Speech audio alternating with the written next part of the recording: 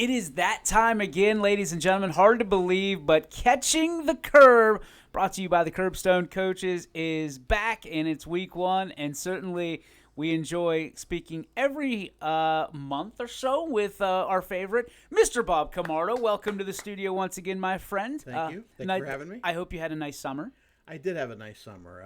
It does go by fast, but here we are again, like you said, ready to roll. We're ready to roll. Year 2 here for the official podcast for us, and we're looking forward to this year. Bigger and better, kind of the mantra.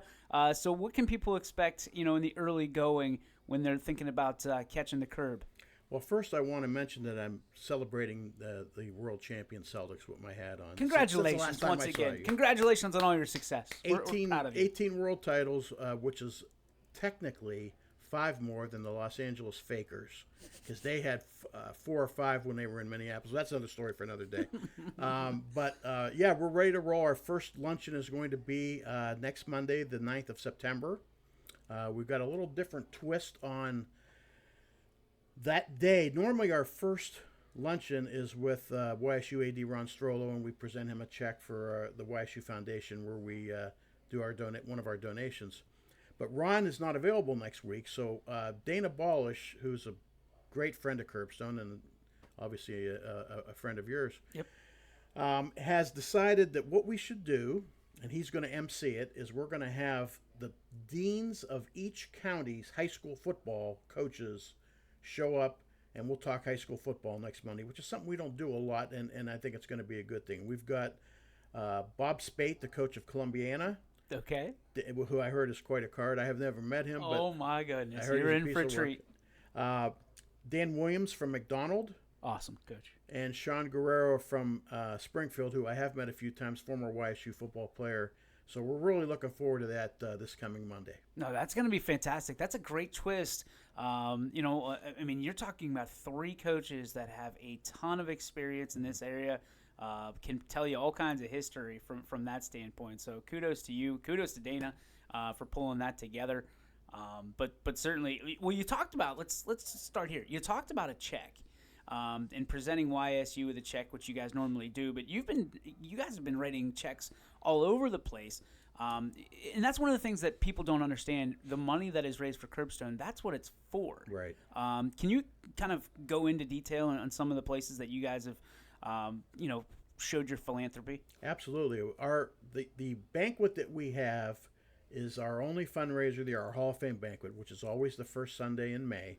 And you were there, obviously, this past May, and with Dan Yeagley, and the money that we raise there. I mean, we have to keep some in our kitty for incidentals and stuff like that, but we donate money to charities all across the valley. And let me give you a brief rundown of where we've done. We donate money to the YSU Foundation. We have a Curbstone Coaches Endowed Scholarship there that we give money to every year.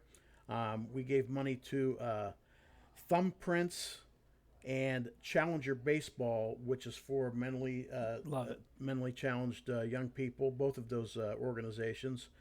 Hospice of the Valley. I had a brother-in-law that passed away from brain cancer a number of years ago, and I've never been more impressed with a group of people than I was with Hospice. They just treated him and our family tremendous, so that's always a good place to donate money. The Rescue Mission, Sight for All, which is some optometrists. Is that the right word, optometrists? Mm-hmm. Giving out glasses and eye exams to underprivileged people. The United Way, Bob Hannon is a friend of Curbstone. He MCs our banquet every year. He comes and speaks to us. We gave them some money. The Ulster Project, which is groups of young people to come over from Ireland and stay at people's homes. Special Olympics, which is what should be all about, right? Athletics for people that need the help, and that's just a small grouping of people that we give money to every year. So when you, and I mean you personally, but when anybody goes to the banquet and pays the $60 banquet ticket, it's like, well, that's $60. That money is going to good causes. Plus you're getting a meal. Plus you're getting to see people get inducted in the Hall of Fame. So. It's really a worthwhile thing. I mean, we don't have much, like I said, that we do for fundraising other than our banquet. And our banquet next year, since we'll maybe lead into that, Let's go right into it. Go right into it. Is on Sunday, May 4th of 2025, and our speaker, it's already been announced. The local media did the release on it. Is former Oklahoma and Cleveland Browns running back Greg Pruitt. So our class will be announced in sometime in late November, and we're looking forward to our banquet chairman Tom Miller, who does a fantastic job, is already planning. So I guess that begs the question: if somebody wants to get involved and potentially nominate a Hall of Famer, how do they do that? On our website, which is thecurbstonecoaches.org, there'll be information for that there. And there's also a Facebook page that we have where you could get in touch with somebody and let us know. Now, one of the things that I learned last year is if you nominate somebody and they get through, you have some duties to uphold, Right. and that's selling tickets and getting and filling tables, things of that nature. That's important for a multitude of reasons because you don't want someone to be nominated and be into the Hall of Fame and have nobody there to represent them, right? Exactly. That, first of all, it's embarrassing. And second of all, again, that's our only fundraiser. So we need the people that, not like last year, you nominated Dan Yeagley, and that was a shoe-in, obviously.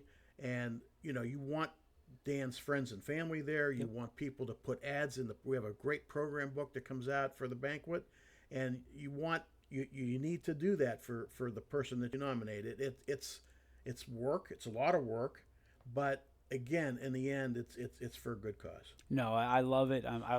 We'll do it every year. And there's plenty of people around this area, and I think you and I have had this conversation ad nauseum that are not in the Curbstone Coaches that should be in the Curbstone Coaches. So there is a ton of people that should be in the Hall of Fame, certainly. And then if people continue to ask me this question, I feel like we cover this every single month. But if someone wants to become a member of the Curbstone Coaches, it's not just for coaches. No, and that's one of the we've actually thought about changing our name, but it's been there for so long we don't want to do that. But you don't have to be a coach, and all you need to do is pay a $25 a year fee, which is nothing. It's incredible. And come to luncheons. We have luncheons every Monday at Avion on the Water, starting next Monday, except for Christmas and New Year's. And we have a multitude of great guest speakers that come every week. I'll go over the first 4 or 5 here that we have coming, but you just show up and participate.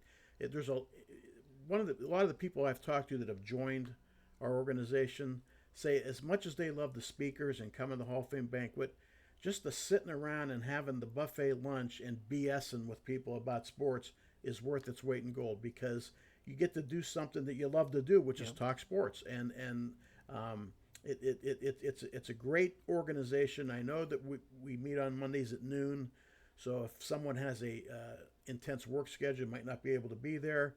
But there's enough retired people around here that should be coming and joining us. And there's a lunch buffet that it's available to everybody. You don't have to feel obligated, but it's one that you don't want to miss for certain. Right. It's Avion does a great job.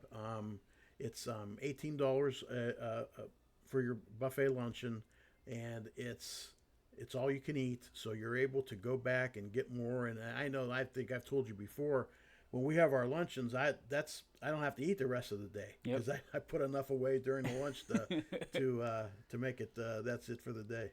So who is going to be the first few? I know you guys have some unbelievable headlining talent coming in. You mentioned the deans of high school football coming in next week. Who else do we have to look forward to? Well, always at the beginning of the year, we're YSU heavy. Sure. We want to get football covered. In October, we want to get the basketball coaches in, because they start their practices at around that time, and the games start. I think November 4th there's a doubleheader down there for basketball. So basketball's right around the corner too. But as I mentioned, we have the high school football coaches, Spate, Williams, and Guerrero, coming next Monday the 9th. On September 16th, Ron Strollo, the YSU AD, will be there. On September 23rd, Bob Hannon is coming in. Bob is, of course, aside from being president of the United Way, he's the play-by-play voice of YSU football. He'll talk YSU football. On September 30th, we have YSU soccer coach Brian Schrum, and I've gotten to know Brian pretty well over the last few years.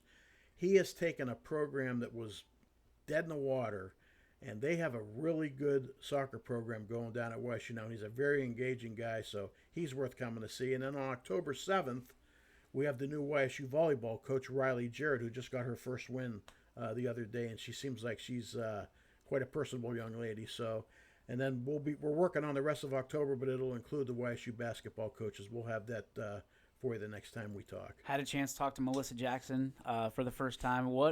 She is going to take this program places, my friend. Melissa Jackson is an intense, hardworking, confident young lady, and we had the women's basketball golf outing that I know you participate in, and thanks to YSN for sponsoring part of that. But yeah, she's ready to roll. Now, she did say to us, she goes, listen, we have 8 freshmen and 3 transfer, whatever the numbers are. They lost a lot of players from last year. So she says, be patient with me, because the Horizon League women's basketball is pretty good. But she knows that the support that YSU women's basketball gets in this area is second only to Green Bay in the Horizon League, and she loves that. She had options to go other places. She was an assistant at Cleveland State last year. Chose to come here because of that support, and she's going to get this program at the top. It may not be this year, but it'll be down the road soon. That's exciting stuff. I know there was some tragedy over the summer, Bob, that we lost some people we care about deeply. Would you care to kind of dive into that Sure, and pay homage? That's the one thing, we have, again, mostly, retired people in our organization, and we lost 3 people this summer that have passed away, including former president of the organization, Dr. Larry Glass, a well-known official in the area, and then Roger Krebs and Lou DeMarinis, who were both on our board of directors, passed away this summer. So God bless them and their families, and keep them their families in your prayers when you get a chance. Well, we certainly, double down on that. I mean, we want to make sure that we remember these people that have made this area what it is in sports, certainly the Curbstone coaches, and something worth passing on. So if you'd like to become a member of the Curbstone coaches, again, do exactly what Bob said, $25 membership fee, pay it, come to the Monday meetings, and certainly they would love to have you as well. You don't have to be a coach. That's the biggest thing. You do not have to be a coach, and you don't have to come to every luncheon either. If you can make one a month, do it. And you touched on this earlier. I get asked all the time, why isn't Joe Blow in the Hall of Fame? Well, somebody has to nominate them. Yep. We don't just go out and pick people. Somebody has to nominate them, and that's another reason to join. You got someone you think should be in the Hall of Fame, join, nominate them, and then there's a very good chance they'll get in. I love it. Anything else? I think that's about it. I'm looking forward to our schedule starting next week. Looking forward to all the people coming in and all the speakers we have, and let's get some good crowds in there. And like I said, we're ready to go. Can't wait. Ladies and gentlemen, Bob Camardo with Catching the Curb right here on YSN. Bob, thank you very much. Thanks for having me. I appreciate it.